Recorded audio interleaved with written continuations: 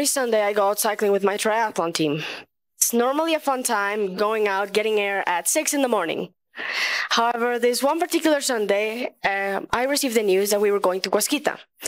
Now, Guasquita is a mountain that's about 3 kilometers high, and I thought it was going to be easy.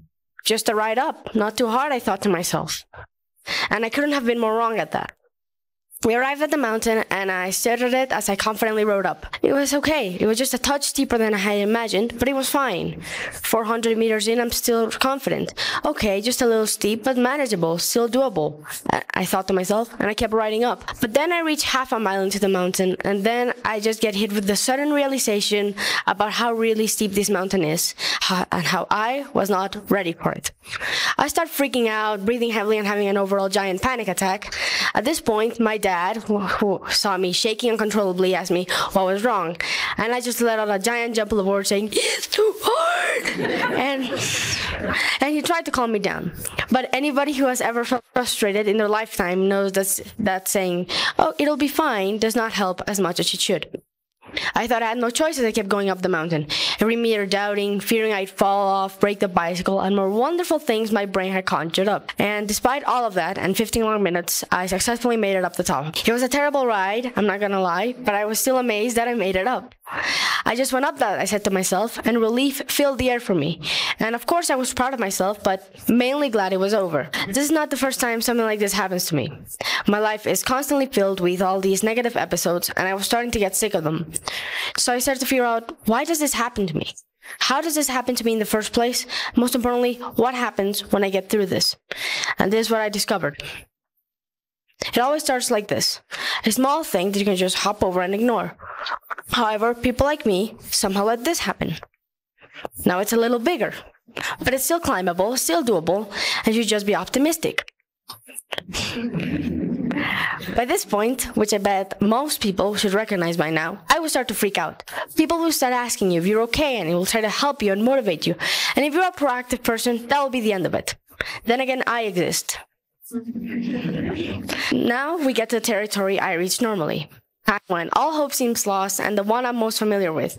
At this stage, the mountain of negativity, which should have easily just been the single rock of negativity or the small mound of negativity, is now seemingly impossible to climb. The worst thing is the seemingly absurd situation could have easily been avoided. How? Let's take a step back and how the situation even starts in the first place. By now, all of you should have noticed that these little rocks have little messages engraved in them. These messages are impossible to ignore. They are staring at you, and you just have to deal with it. These messages are obviously negative thoughts and the self-talk you're having with your brain. And the way they work in this mountain works the same way they do in real life. They haunt you and won't stop bothering you, and make sure to look at them, acknowledge them, to make sure that they are noticed, fulfilling their purpose of creating a dark cloud of anxiety, demotivating you and tricking you into retreating into safety. Let me elaborate. According to Gando Cherry on Very Well Mind, humans have something called, and everybody here should know about in this day and age, anxiety. Anxiety is the thing that helps the subconscious brain the most in its journey to demotivate you, like I am all the time. And it can make you worry about really anything, and all these worries are expressed through different scenarios. Scenarios that can highlight the possibility of anything that can happen. But not all of these scenarios are bad or caused by anxiety, as optimism can play a part in it too. You can see great things that happen to you and motivate you, and that can be really great. However, people like me have experienced that those more optimistic, healthy thoughts aren't as present in our brains as the more anxious, negative thoughts. This is because the brain is the most complex structure in the universe, and it will never stop trying to protect us. And the way the brain does this is actually really impressive. The amygdala is a small part of your brain, the size of an almond. And this little thing in the middle of your brain helps you manage your emotions. And however, anytime you're frustrated or in a difficult situation, it releases a stress hormone known as cortisol, which increases your heart rate and stresses you out to great levels. All of this stress leads to more of these scenarios being present in your brain, sometimes completely overshadowing any chance of positivity, which in turn can prevent you from trying and possibly succeeding at all. This is precisely what was happening to me when I was going up Huasquita. And the brain may have succeeded in demotivating me, but it shouldn't succeed in stopping anyone from climbing this mountain. But how do you climb the mountain in the first place? I initially thought that you should just take a more positive stance and it would do the trick. That can work for some people who can push on by breaking the rocks. However, Others like me have difficulty doing that. Like I said, I was completely overshadowed by negativity at the time.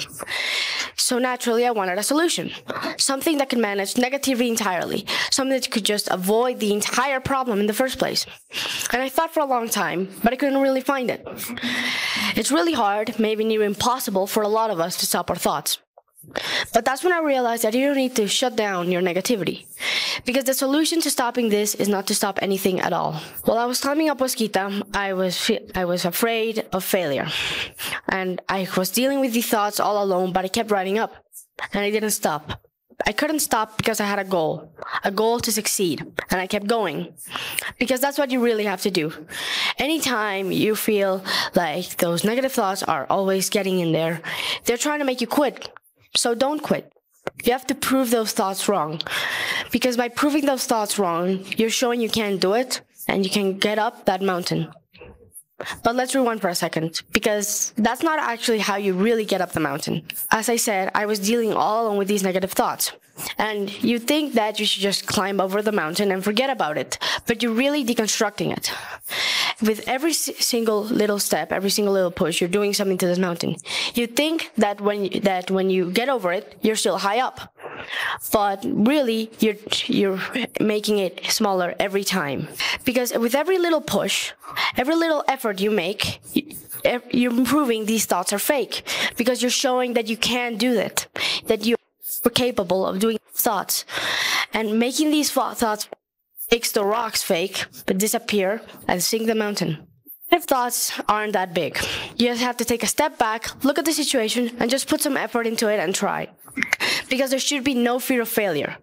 Failure only happens when you don't try. And when I got up Huasquita, I also realized that in hindsight, the negative thoughts I had were small things, and you make them small every time you succeed. Are not the bad possibilities in life that your brain is always trying to show you. It's been proven that you can also be the good possibility, and you can always keep on moving to thrive. I hope everybody here learned something from this about our brains, about our thoughts, and our experiences. Thank you.